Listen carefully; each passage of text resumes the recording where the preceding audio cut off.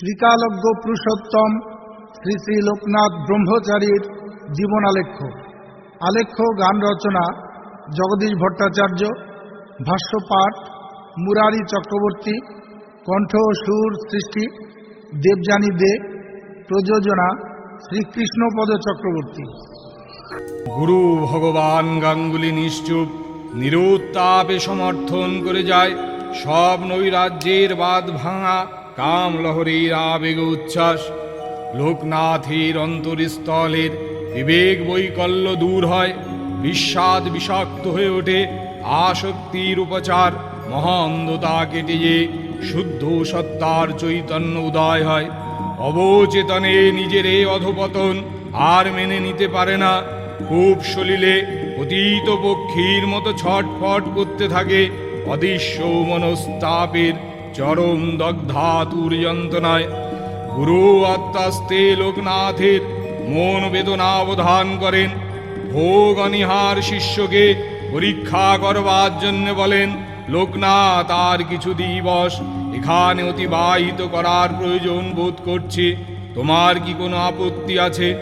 লোকনাথ বিক্ষুব্ধ চিত্তের অস্থি অভিব্যক্তি প্রকাশ করে, এখানে আর এক মুহূর্ত নয় গুরুদেব, সংসার বড় দুঃখ যন্ত্রণাময়, এর থেকে মুক্তি পাবার উপায় মোক্ষ প্রাপ্তি, আপনি সেই কাম্য বস্তুর দিগ দর্শন করান। গুরু লোকনাথের যন্ত্রণা ক্লিষ্ট মুখবয়ব দেখে বুঝতে পারেন আকাঙ্ক্ষার খাত নিঃসারণে লোকনাথ খাঁটি সুবর্ণত্ব প্রাপ্ত হয়েছে। কাল বিলম্বে আর সময় অপব্যয় করতে চাইলেন না। দুই শিষ্যকে নিয়ে সাধনপীঠ মোক্ষধাম হিমালয়ের উদ্দেশ্যে যাত্রা আরম্ভ করলেন। শ্বেত শুভ্র বরফাবৃত শৈল প্রবর ধ্যান গম্ভীর মৌনব্রত অবলম্বনে কাল বিজয় গর্বে দণ্ডায়মন এই গিরি কোরাঙ্করের নির্জন স্থান নির্ণয় করে গুরু কঠোর থেকে কঠোরতম সাধনায় লিপ্ত হতে আদেশ করলেন শিষ্যদ্বয়কে। বিনয়াবনত মস্তকে আদেশ অনুসরণে তপোধ্যায়ে মগ্ন হয় তাপস দুজন।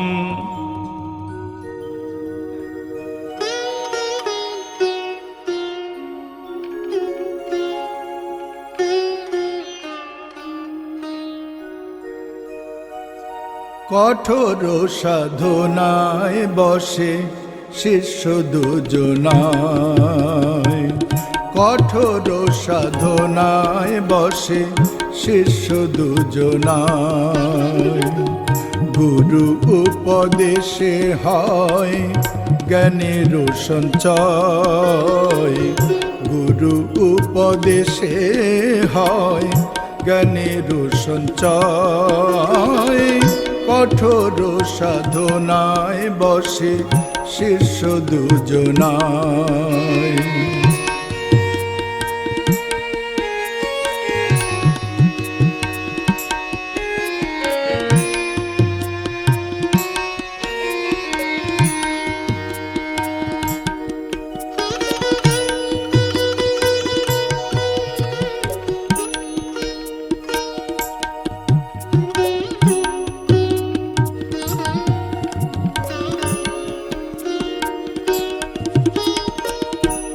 অধ্যাত্ম পরম তত্ত্ব শেখে প্রাণ ভরে, অধ্যাত্ম পরম তত্ত্ব শেখে প্রাণ ভরে।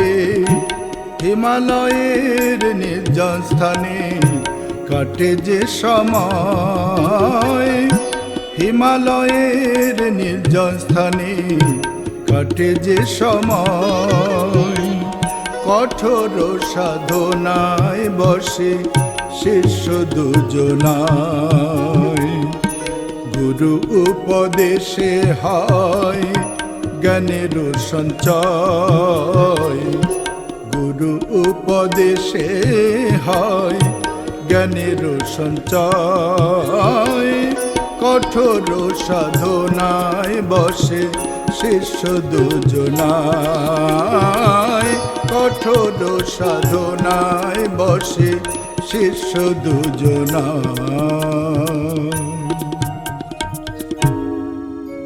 এই নিষ্ঠাপ্রবণ তন্ময় তপশ্চর্যায় অর্ধ শতাব্দী কাল অতিবাহিত হয়।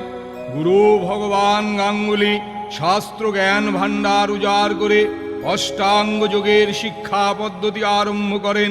তার আশীর্বাদে সমাধি সাধনের শীর্ষস্তরে পৌঁছায় শিষ্যদ্বয়। লোকনাথ বহু তপশ্চর্যায় লাভ করে পরম তত্ত্ব, বুঝতে পারে ব্রহ্মাণ্ডের অস্তিত্ব পরম তত্ত্বে বিলীন। এখানে দুয়ের অভিন্ন সত্তা, ভিন্ন কোনো মতবাদ নেই। উপলব্ধির অকট্টতায় লোকনাথ পূর্ণ ব্রহ্মস্বরূপ পদ বিশিষ্ট হয়। এবার ফিরে পায় বাহ্যিক চেতনা। জগৎ হিতার্থে বোধ উদযাপনের সময় নির্ঘণ্ট উপস্থিত হয়। 90 বৎসর কেটে যায় এই সাধন ভূমি হিমালয়ের নির্জন নিবিড় সমাধিতে। গুরু ভগবান গাঙ্গুলিও 150 বৎসর অতিক্রান্ত প্রায় 80 বৎসর তপশ্চারণের পর লোকনাথ পরম সিদ্ধি লাভ করে। যোগী পুরুষ দিব্য দৃষ্টিতে গুরু ভগবান গাঙ্গুলিকে অবলোকন করে এক মৌন বৈকল্যের চরম যন্ত্রণায় হাহাকার করে ওঠে। তার দেহ সত্তাত্রন্তি সমূহ গুরুদেব দুর্বিসহ দুঃখ কষ্ট সহ্য করে সময় অতিবাহিত করেছেন শিষ্য কল্যাণের দৃঢ় মনস্কতা নিয়ে। শিষ্য সিদ্ধি লাভ করে পরম তত্ত্বের অধিকারী, আর তিনি সর্বসত্তাসার তত্ত্বজ্ঞানে বহির্ভূত রয়েছেন। মর্মন্তোদ এক হৃদয় বিদারিত যন্ত্রণায় লোকনাথের আত্মসত্তায় আঘাত করে।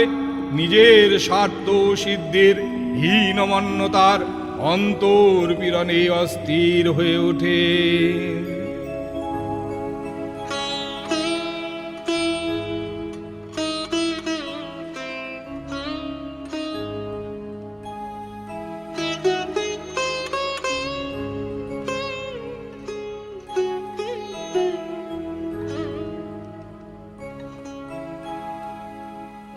শিষ্য সাধনায় সিদ্ধ গুরু পড়ে রয়। শিষ্য সাধনায় সিদ্ধ গুরু পড়ে রয়। লোকনাথের মনাকাশে দুঃখ ওঠে তাই, দুঃখ ওঠে তাই। শিষ্য সাধনায় সিদ্ধ গুরু পড়ে রয়।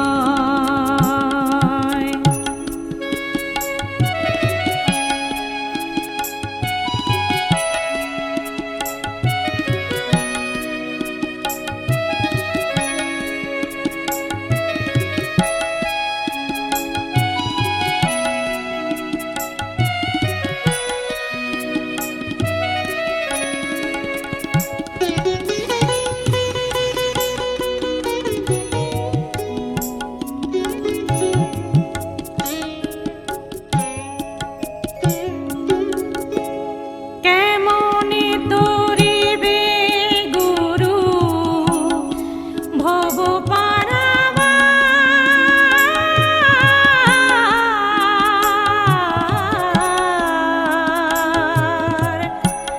কেমনে তরিবে গুরু ভব পারাবার।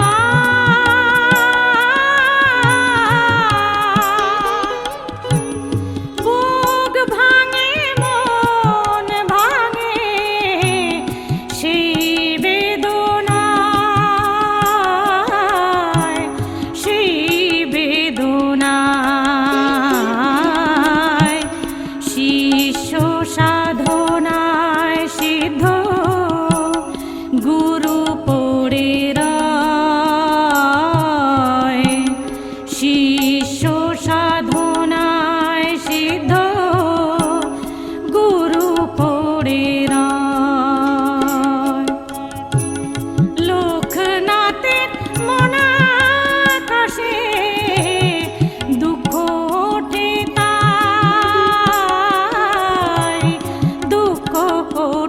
তাই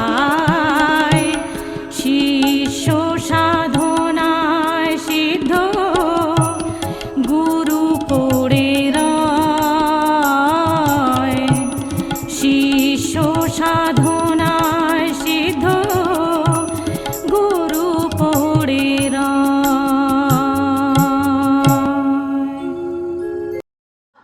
Thanks for watching. Please like, comment and subscribe my channel.